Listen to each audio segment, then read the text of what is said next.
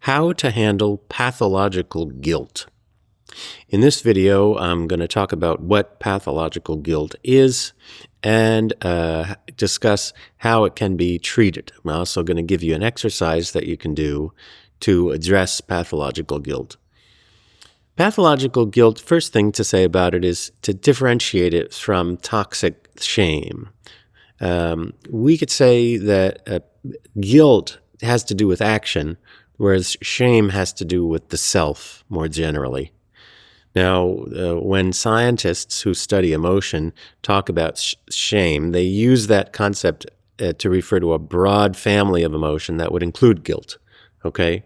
But in more common parlance, we tend to think of shame as related to the self and guilt as related to actions that we've taken, okay?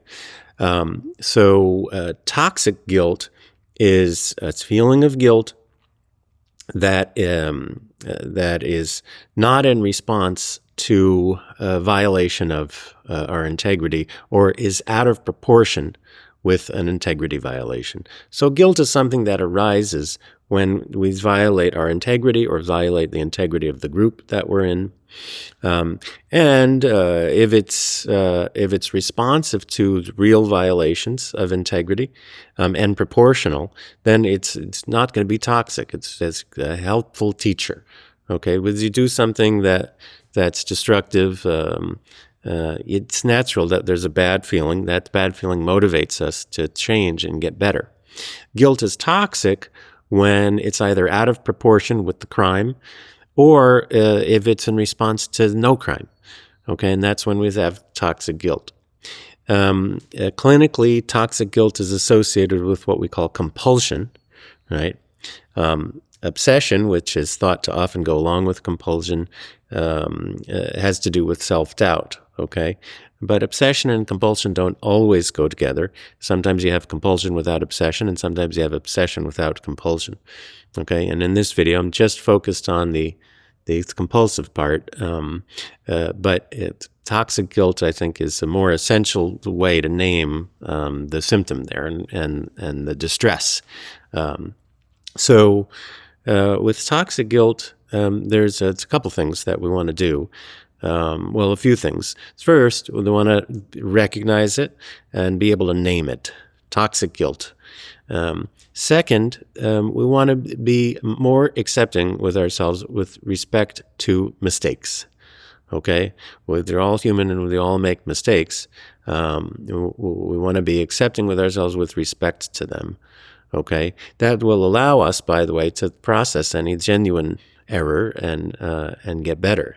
If we condemn ourselves, it's really not going to get anywhere, because in condemnation is the message that we're worth nothing. So if we're not worth nothing, we're not going to be able to improve or redeem ourselves. So we want to accept ourselves even when we make mistakes. That will allow us to improve. Okay? And then we want to take responsibility for cultivating wisdom. Right? We could say when we feel toxic guilt, it may be that there's often a grain of truth in it, which is that we need to grow in wisdom. And so if we don't respond to that part of it, then the toxic guilt will tend to continue on and on, because there's a part of it that's trying to give us a true message. Okay, so in order to let go of the toxic part, we have to accept whatever non-toxic part there may be. Okay, so here's a simple exercise that you can do if you experience a lot of toxic guilt that might help. It's a sentence completion exercise whereby I'm going to give you 4 incomplete sentences, and then what you'll do is you'll write or type the first sentence stem, and then write or type out 6 to 10 endings quickly, no censoring, invent if you get stuck, and then write or type the next ending, the next stem, and 6 to 10 endings, etc. You'll do all 4 sentence stems once a day for 5 days, and then you can see what effects it might have for you. So the sentence stems for this exercise would be, number 1, if I can accept feelings of pathological guilt. The second stem would be, if I can accept myself when I make mistakes. The third stem would be if I take 5% more responsibility for cultivating wisdom. And then the fourth stem is I am becoming aware. Okay? Sentence completion as a method comes from Nathaniel Branden, who is known for his writings about self-esteem, but he also developed this very handy exercise. The stems that I just gave you come from me, but the method comes from Branden. So in any event, if you do this exercise, again, I would suggest doing it once a day for 5 days in a row. Shouldn't take more than 3 to 5 minutes to do each day.